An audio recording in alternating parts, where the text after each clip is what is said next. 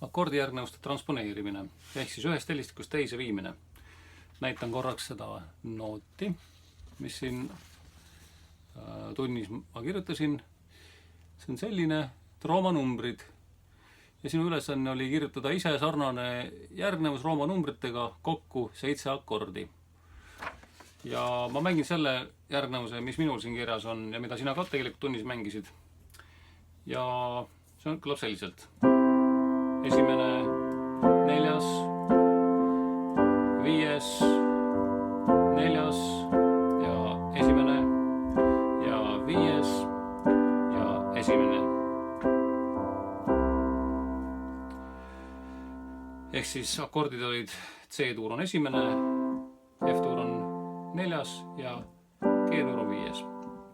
Sina kirjutasid ühe järgnevuse juba omale paberi peale ja mängisid ka.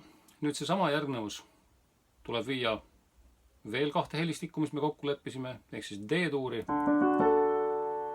Kõlaks niimoodi.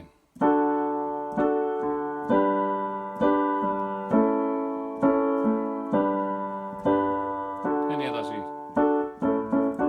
Ja B-tuuri, see oli viimane helistik.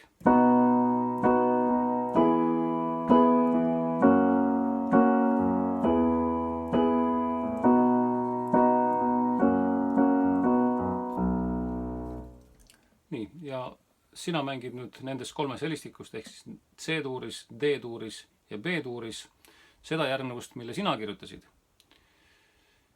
Ja kirjuta üks järgnevus veel ehk siis 7 akordi, alustad esimesega, lõpetad esimesega ja vahepeale siis paned kõiki neid muid akorde, 4., 5., 1.